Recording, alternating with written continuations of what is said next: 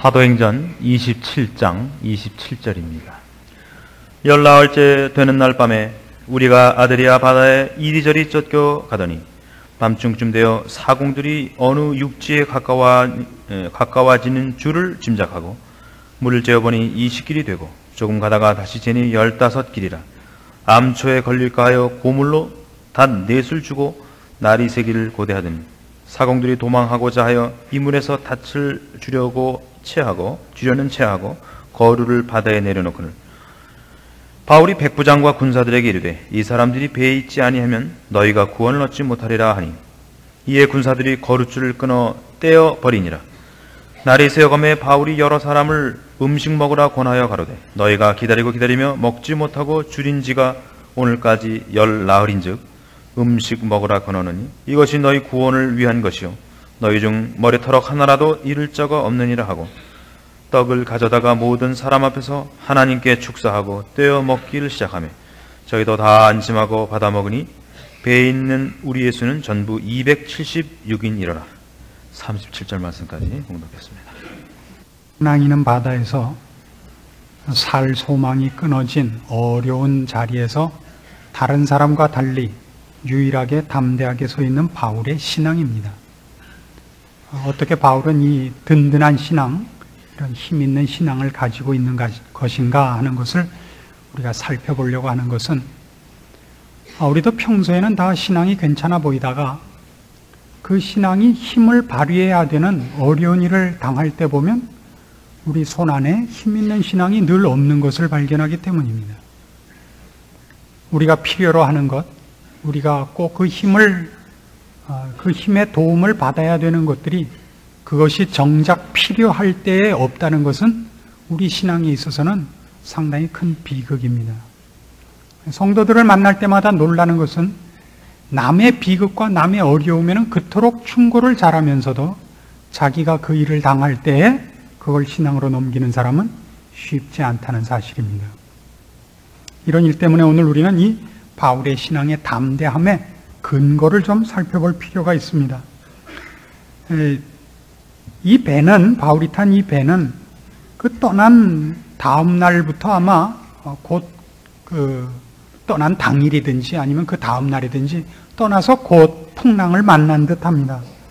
그리고 오늘 바울이 서서 이제 괜찮다, 너희가 구원을 얻을 것이니 괜찮다 하고 음식을 먹이는 이 장면까지 적어도 2주일이 지납니다. 그런데 이 33절에 보시면 날이 새어가며 바울이 여러 사람을 음식 먹으라 권하여 가로되 너희가 기다리며 먹지 못하고 줄인 지가 오늘까지 10나흘인즉 음식 먹으라 권하노니 이것이 너희 구원을 위하는 것이요 너희 중 머리털 하나도 잃을 자가 없느니라 라고 하는 장면에 이르는데 이 일이 여기에만 나온 것이 아니라 앞에 있었던 22절에 보시면 내가 너희를 권하노니 이제는 안심하라 너희 중 생명에는 아무 손상이 없겠고 오직 배뿐이라 라는 얘기를 한 적이 있습니다. 근데 그 앞에 있었던 말로는 별로 배에 탔던 사람들이 신용을 한 것 같지 않습니다. 왜냐하면 30절에 있는 바와 같이 사공들이 도망하고자 하여 이물에서 닻을 주려는 채하고 거루를 바다에 내려놓은 일이 있는 걸 보면 이 괜찮다 하는 바울의 말을 그때 신용한 것 같지 않습니다. 그러나 이번에는 그 이후에 10나흘이 지난 지금 와서는 오히려 그때보다 상황이 더 나쁜데도 불구하고 바울의 말을 신용합니다. 왜 처음엔 신용하지 않고 후엔 신용을 했는가 하는 것이 우리한테는 참 커다란 그 수수께끼고 또 이 일에 있어서 우리가 적극적으로 살펴봐야 되는 것도 있습니다. 그 하나는 바울이 처음에 한 사흘이나 지나서 이미 그때 풍랑을 만난 이튿날에 짐을 버리고 사흘째 되는 날에는 배에 기구를 버린 상태입니다. 풍랑이 몹시 심했던 걸로 생각이 됩니다. 그때 이미 하나님께서 너희와 내가 다 죽지 않을 것이라 라고 얘기한 데 대해서 신용치 않았는데 그 후에 2주일이나 지난 이 10나흘째 되는 날에 와서는 신용하게 된 그 어간에 일어난 일들을 잠시 생각해 보시면 재밌는 사실을 보게 됩니다. 그때까지 사건은 하나도 호전되지 않습니다. 그러나 처음에 믿지 않았던 사람들이 뒤에 믿었다고 되어 있는데 35절, 떡을 가져다가 모든 사람 앞에서 하나님께 축사하고 떼어 먹기를 시작하며 저희도 다 안심하고 받아 먹었다고 되어 있습니다. 그 뒤에 와서 훨씬 잘못됐음에도 불구하고, 호전된 기미가 없음에도 불구하고 뒤에 와서 안심하는 이유는 뭡니까? 바울이 그만큼 확신에 차 있었기 때문인 것으로 보여집니다. 그래서 여기 바울의 확신, 이 믿음의 강함은 우리가 생각하는 것보다 훨씬 깊고 강력한 것입니다. 처음 하나님의 사자가 그에게 아무도 다치지 않을 것이라고 얘기한 후부터 적어도 열흘 정도는 사태가 더 악화되어 갔음에 틀림이 없습니다. 그럼에도 불구하고 바울은 전혀 흔들리지 않았던 것 같습니다. 그것이 이 배에 탔던 사람들에게 확신을 준 것이 아닌가라고 추측할 도리밖에 없습니다.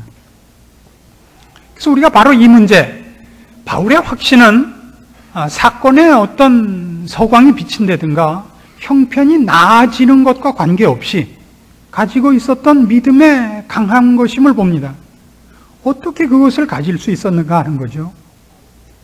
그래서 어떻게 우리가 어려움을 당하고 바울과 같은 입장에 처했을 때 우리가 믿는 바, 우리의 믿음을 이런 위기와 절망에서 사용할 수 있는가 하는 것을 살펴보려고 합니다. 여기는 우리가 근본적으로 우리의 신앙, 믿음에 대한 오해가 있기 때문이라고 생각되어집니다. 우리는 하나님이 계신 것과 우리가 영원한 나라에 갈 것을 믿습니다. 우리 죄가 예수 그리스도의 십자가 안에서 용서받은 것을 믿고 우리의 기도가 하늘나라에 상달되는 것을 믿습니다. 그러나 이 믿는다는 말 속에는 근본적으로 생각해야 되는 아주 중요한 요소가 하나 있는데 그것이 보통 신자들에게 빠져 있는 것을 보게 됩니다. 그게 뭐냐 하면 우리는 아주 쉽게 예수를 믿는다고 할 때 맨 첫 걸음을 내딛게 되는 중요한 성경 구절의 하나로 이것을 듭니다. 사도행전 16장 31절에 있는 바와 같이 주 예수를 믿으라 그리하면 너와 네 집이 구원을 얻으리라 라는 전도로 많이 쓰이는 말씀을 잘 알고 있습니다. 예수를 믿으라. 근데 이 예수를 믿는다는 것이 무엇을 뜻하는가 하는 것을 다른 식으로 표현한 것과 비교해 봅시다. 예수님이 친히 그 공생애를 시작하시면서 하신 첫 번째 말씀, 마태복음 4장 17절에 있는 말씀 같이 회개하라 천국이 가까웠느니라 라는 식의 전도도 있습니다. 그러면 여기서 주 예수를 믿으라 그리하면 너와 네 집이 구원을 얻으리라 하는 말과 회개하라 천국이 가까웠느니라 하는 말은 뜻이 어떻게 다르냐 하는 것입니다. 둘이 우리가 믿어야 되는 이 기독교의 기본 진리들의 어느 국면에 초점을 기울이고 있는 것일까요? 우리는 이 둘이 우리가 믿어야 되는 기독교 내용의 어느 다른 부분들을 강조하고 있는 것으로 생각하기 쉽습니다만은 둘은 정확히 똑같은 내용을 다르게 표현한 것에 불과합니다. 그러니까 주 예수를 믿으라는 말과 회개하라는 말은 똑같습니다. 회개하라는 말은 지금 네가 살고 있는 인생의 가치와 목표와 달리는 방향을 되짚어서 돌이켜서 나한테로 오라는 뜻입니다. 그리고 주 예수를 믿으라는 것도 그 말입니다. 주 예수를 믿으라는 말 속에는 주 예수를 믿지 않는 모든 이들은 세상을 믿고 있다는 말이 전제되어 있는 것입니다. 예수 그리스도께서 이 땅에 오셨을 때 세상은 그를 죄인으로 정하고 십자가에 못 박아 이 세상으로부터 추방했습니다. 우리는 그를 믿는 자들입니다. 그러니까 우리가 예수를 믿는다는 말 속에는 예수 편을 든다는 말이 포함되는 것이고 예수 편을 든다는 것은 이 세상 편에서부터 이탈하는 것을 포함하는 것입니다. 그걸 다른 말로 해서 우리가 태어나면서부터 누구나 가는 인생의 방향과 가치와 목표인 이 세상 편에 들어있던 데로부터 자리를 박차고 일어나 방향을 바꾸는 것입니다. 성경적인 표현으로 회개하는 것입니다. 이 선택을 믿음의 첫걸음으로 인식하는 것이 신자들에게 매우 빈약합니다. 우리가 무엇을 선택했는지, 예수를 믿는다는 것이 무엇인지를 매우 많이 오해합니다. 세상을 선택할 것이냐, 예수를 선택할 것이냐는 이 두 가지 길, 상반된 길에서 우리가 예수를 믿는 길로 들어섰다는 것을 이해를 못합니다. 예수를 믿는다는 것은 동시에 세상을 소유할 수 없는 길이라는 걸 모릅니다. 세상을 믿기로 하고 세상을 소유하는 한 예수를 믿을 수 없다는 것을 다들 이해를 못합니다. 오히려 어떻게 이해를 하느냐 하면 예수를 믿는 것을 이 세상을 살아나가는데 도움을 주는 방편으로 생각을 합니다. 여기에 가장 큰 신자들의 신앙의 허구가 있습니다.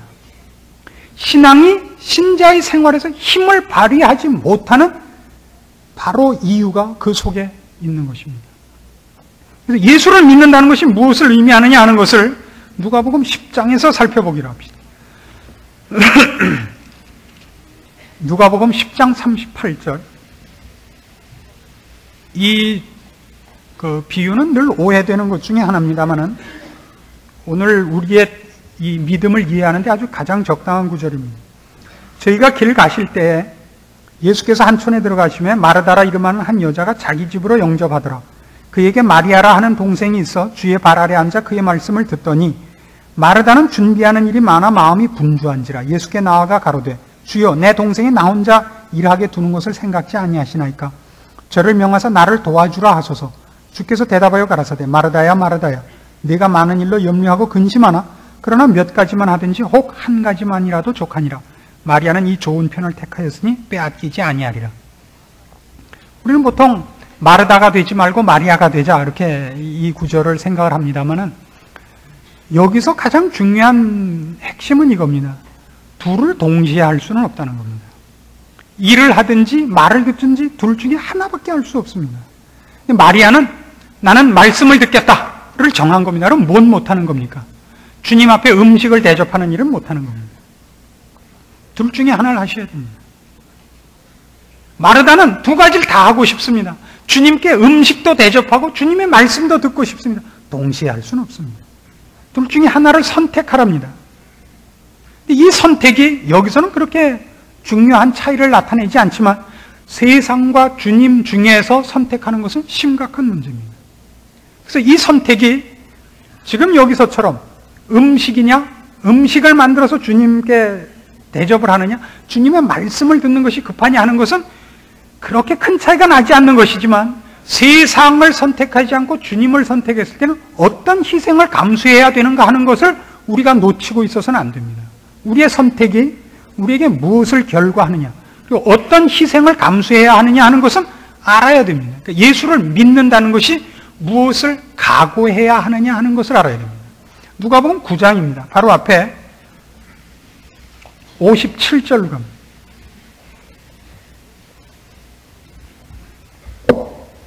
누가복음 9장 57절. 길 가실 때 혹이 여짜오되 어디로 가시든지 저는 쫓으리이다. 예수께서 가라사대 여우도 굴이 있고 공중에 새도 집이 있으되 인자는 머리 둘 곳이 없도다. 자, 누가 주님께 이렇게 얘기를 했습니다. 제가 주를 쫓겠습니다. 주님을 쫓으려고 한 사람들 중에는 이런 이유 때문에 쫓으려고 한 사람들이 많았다고 주님께서 친히 다른 데서 증명한 일이 있습니다. 너희가 나를 쫓는 까닭은 말씀이나 생명 때문이 아니라 먹고 배부른 까닭이다. 주님은 오병이어의 기적을 이루셨고 물로 포도주를 만드시고 풍랑이는 바다를 잠잠케 하시고 그물을 이쪽으로 던져라 하면 고기가 그물이 찢어지게 잡히는 분입니다. 그것 때문에 주를 쫓는 자들이 있었습니다. 그러니까 주를 쫓으면 현실적으로 이익을 본다는 것이 저들의 눈을 가리는 겁니다. 그러나 주님 지금 이렇게 얘기하십니다. 네가 나를 쫓겠다는데 나를 쫓겠다는 것, 나를 믿겠다는 것이 어떤 것인지 알고서 지금 하는 얘기냐 이거예요. 여우도 굴이 있고 공중에 새도 집이 있지만 나는 머리 둘 곳이 없는 사람입니다. 여러분이 예수를 믿는다는 것이 여러분 인생에 무엇을 감수해야 되는 것인지를 이 말씀으로 분명히 해야 됩니다. 예수를 믿는 것 때문에 여러분 자녀가 이번 대학 입시에 좀 더 좋은 성적을 얻는다는 보장은 없습니다. 오히려 여우가 점수를 더 받을 수 있습니다. 이건 분명히 해야 됩니다. 우리의 신앙이라는 것은 내가 예수를 믿어 드렸으니까 주님께서도 마땅히 내가 요구하는 이런저런데 협조하셔야 됩니다라고 순 공갈 놓고 땡깡 놓는 것 외에 아무것도 없습니다. 이건 아닙니다. 주를 쫓는다는 것은 세상을 놓은 것이고 그래서 우리는 우리 자녀에게 세상에서 출세하는 것보다 하나님을 두려워하는 것을 먼저 가르치도록 되어 있습니다. 그래서 혹 세상에서는 머리 둘 곳이 없어질지도 모릅니다. 이건 우리가 각오해야 되는 겁니다. 모두가 꼭 가난하고 세상에서 지라는 말이 아닙니다. 우리의 첫 번째 관심과 첫 번째 목표가 세상이 아니기 때문에 세상에서 우리가 성실히 살아야 됩니다. 부와 명예나 권세가 우리의 목표가 아니기 때문에 그런 일에 있어서 질 수도 있고 혹은 손해를 볼 수도 있습니다. 우리가 선택한 것이 이쪽이기 때문입니다. 이건 이거와 흡사합니다. 예전에 미국에 유학을 간 사람들은 경제적인 여유를 갖고 가지 않았습니다. 우린 당연히 접시를 닦았고 당연히 쓰레기를 쳤습니다. 그건 미국에 가서 공부를 하는 것이 유익인 것에 비해서는 하잘 것 없는 희생이었기 때문에 당연하게 감수했습니다. 그걸 아무도 부끄러워하지 않았습니다. 그것이 무서워서 못 갈 사람이면 안 갔어야죠. 그때 나는 접시는 못 닦아 그러면 접시 닦기 싫어서 안 가는 게 아니라 유학 갈 실력이 없다는 걸 우리 모두가 알았죠. 핑계를 그렇게 대는 거죠. 난 접시만 들면 이상하게 깨져. 접시의 문제가 아니라 머릿속의 문제였던 것입니다. 우리의 신앙도 마찬가지입니다. 우리가 예수를 믿기로 했으면 접시 닦을 걸 각오해야죠. 유학을 가기로 했으면 쓰레기 칠 것을 각오하듯이 말입니다. 그리고 식구가 다 같이 갈 여유가 없었습니다. 애들과 아내를 놓아두고 혼자 가서 외로운 나날들을 알아듣지는 못하는 말과 남의 나라의 풍습 속에서 괄세 받으면서 공부해야만 됐었습니다. 보상을 위하여, 그리고 자기가 하고 싶은 것을 위하여, 그리고 더 뜻깊은 일을 위하여, 한 시대에 필요한 사람이 되기 위하여 그런 희생들은 마땅히 감수할 것으로 여겼습니다. 그 마땅히 감수할 것으로 여기는 그 부분이 오늘날 신자들에게 너무 없습니다. 그 이후엔 이런 요구가 나옵니다. 또 다른 사람에게 나를 쫓으라 하시니 그가 가로되 나로 먼저 가서 내 부친을 장사하게 허락하옵소서.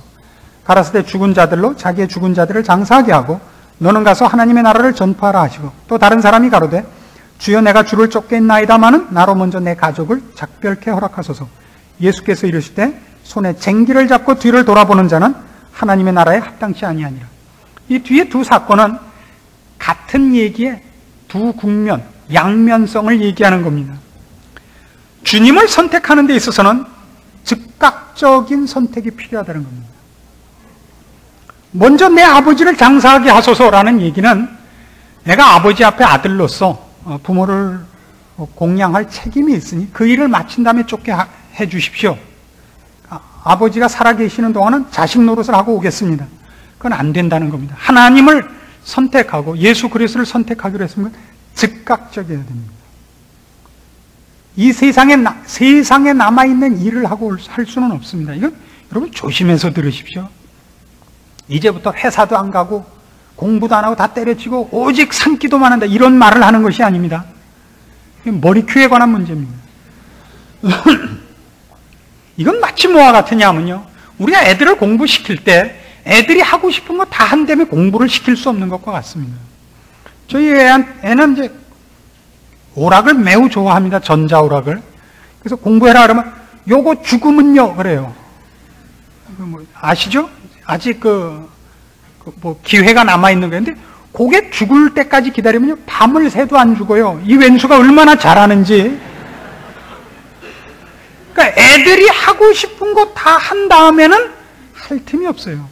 세상이란 우리가 요것만 하면 그 다음엔 내가 하나님께 내 인생과 전심을 바치려고 할 때 요것만이 끝이 안 나게 얽혀지게 돼 있어요. 그렇죠? 자식만 대학 들어가면 그러면 또 군대 보내야죠. 시집 보내야죠. 장가 보내야죠. 그러면 손주는 봐야죠. 손주 대학 가는 건 봐야죠. 그것도 시집 장가 가는 건 봐야죠. 끝이 없어요. 끝이 없습니다. 당장 지금 하나님께 여러분의 전심과 전력을 경주하셔야 됩니다. 죽은 자들로 네 아버지를 장사케 하라. 잘됐다. 이제부터 난 모른다. 이런 뜻이 아닙니다. 책임을 외면해도 좋다는 뜻이 아닙니다. 여러분의 최우선의 정신과 목표가 어디에 쏠려 있는가의 문제입니다. 그 다음에 내 가족을 작별케 하소서. 이게 뭐 당연해 보이지 않습니까? 내 가족을 작별하고 지금 당장입니다. 그러나 여기서 손에 쟁기를 잡고 뒤를 돌아보면 안 된다는 말은 지금 당장 돌아서되 예전에 있었던 관계성, 세상적 관계성에 대하여 단호한 결별이 있어야 됩니다. 완벽한 결별이 있어야 됩니다. 여러분이 예수를 믿음으로 말미암아서 생기는 세상적인 평가와 세상적인 손해, 세상적인 일에 의한 자존심의 공격들에 있어서 여러분이 완벽하게 차단되셔야 됩니다. 이 결단이 있어야 되는 겁니다. 예수를 믿으면 여러분은 졸지에 하루아침에 미친놈 소리를 들을 수도 있고, 지금 나이가 들더니 조금 망령이 들었다는 소리를 들을 수도 있고, 여러분이 예수를 믿은 것으로 말미암아 가정 안에 일어나는 모든 어려운 일을 여러분이 뒤집어 쓸 수도 있습니다. 그 모든 것에 대하여 여러분이 각오를 하셔야 됩니다. 이것이 예수를 믿는다는 말 속에 포함된 것이고, 그래서 신작에 일어나는 어려움과 난관을 여러분이 유학 가서 접시 닦는 일을 감수하듯이 당연한 것으로 여기셔야 됩니다. 예수를 믿는다는 것 속에는 이 요구가 포함되는 것입니다. 세상이 너희를 미워하면 이상히 여기지 말라. 세상이 나를 미워했으니 너희를 미워하는 것이 당연하다. 당연한 것입니다. 그러나 실상은 우리가 영원한 나라를 가고 있는 자요, 세상이 우리를 먹여주는 것이 아니라 우리 때문에 세상이 은혜 아래 있고 하나님의 긍휼 아래 있는 것입니다. 그래서 우리가 가는 이 길이 많은 희생이 있다는 걸 잊지 않아야 됩니다. 여러 문제에서 우리는 생각을 하고 신중해야 되고, 우리가 선택하고 약속하고 이제부터 방향 잡은 길이 무엇인지를 알아야 됩니다. 바울은 그의 생애의 대부분을 고난 속에서 보냅니다. 매맞고 오해받고 매장당하고 그리고 감옥 속에서 보냅니다. 그러나 그것이 그를 흔들지 못합니다. 왜요? 그는 이미 그 길이 무슨 길인지를 알고 있었던 것입니다. 주님이 십자가의 길을 걸으셨습니다. 그를 뒤쫓는 자들이 주님 이상의 대접을 받을 리가 없습니다. 당연시 해야 됩니다. 마태복음 19장에 가시면 이 문제에 대한 또 다른 하나의 요구가 나옵니다. 16절 말씀부터 여러분이 잘 아시는 어떤 청년 얘기입니다. 부자 청년 이야기. 내가 어떻게 해야 영생을 얻겠습니까? 계명을 지켜라.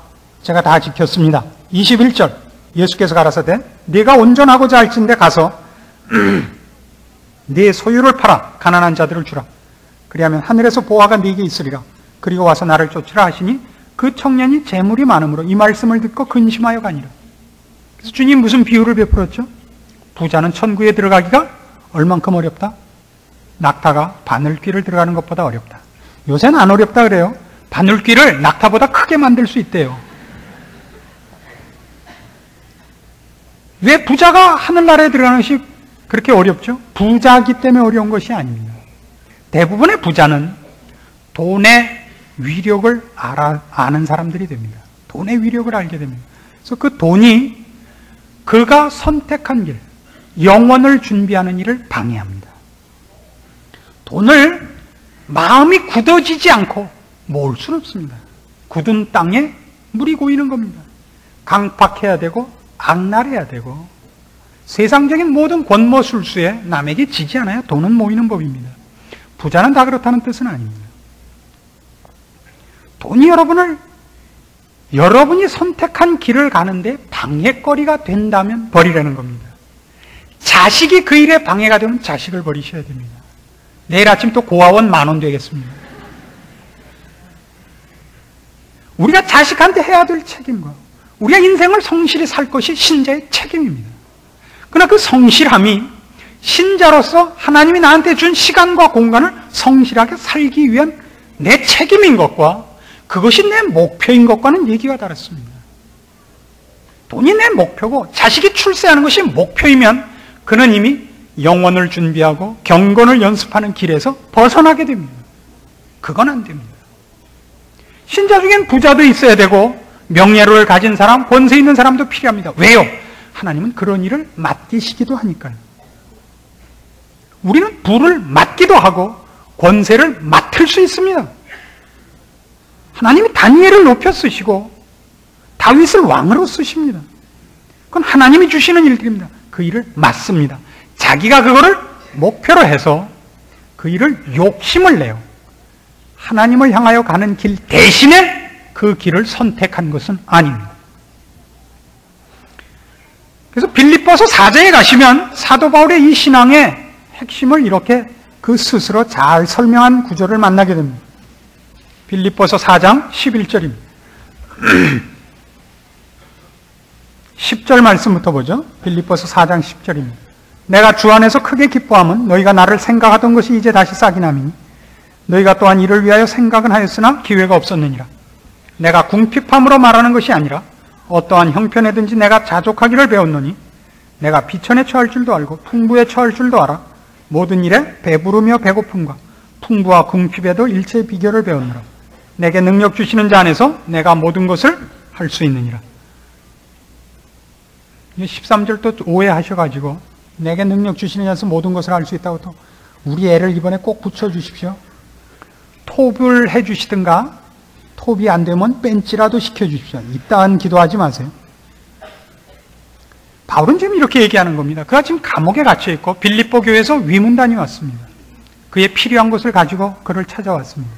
기뻐합니다. 그러나 그의 기쁨은 그의 필요한 물질을 갖고 온 데 있지 않다는 것입니다. 너희가 나에게 갖다 준 이 일용품 때문에 필요하고 보내준 돈 때문에 내가 기뻐하는 것이 아니다. 나는 너희가 그리스도 안에 사랑으로서 나를 위로하러 온 것을 기뻐한다. 너희가 그 정도 신앙 안에서 사랑과 주의 마음에 동참한 것을 기뻐할 뿐이다. 왜냐하면 나는 있고 없는 것에 대해서 무관한 사람이다. 나는 일체 비결을 가졌는데 어떤 비결을 가지냐? 풍부와 궁핍에도 그리고 배부른 것과 배고픔도 상관이 없는 자가 되었다. 나는 오직 내게 능력 주시는 자, 즉 그리스도 예수 안에서 모든 것을 할 수 있는 사람입니다. 그는 실제로 이렇게 얘기하는 겁니다. 내가 가는 길과 내가 목표로 하고 내가 선택한 길은 세상이 도움을 줄 수도 없고 그래서 방해도 할 수 없는 길이다 이겁니다. 그에게는 풍부하다는 것과 권세라는 것이 그가 하려는 일을 돕질 못합니다. 그가 학식이 있다든가 그가 권세를 가졌다든가 그가 부자라고 해서 그가 하는 영적 사업을 도움을 받지 못합니다. 그렇기 때문에 세상적인 것이 그를 도울 수 없는 똑같은 이유로 세상이 그를 방해할 방법이 없는 것입니다. 그가 집을 나무로 졌으면 나무를 빼면 그 집이 없어지겠지만 나무로 지은 집이 아니면 나무를 뺀다고 해서 나무를 공급하지 않는다고 해서 집이 안 설 수가 없습니다.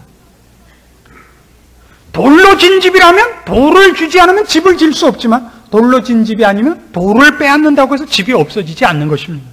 그런 세상의 것으로 그의 인생과 그가 하는 일에 기초로 삼거나 내용으로 삼지 않았기 때문에 세상적인 것이 그의 일에 도움이 되지 못하는 것만큼 방해 요소가 될 수 없습니다.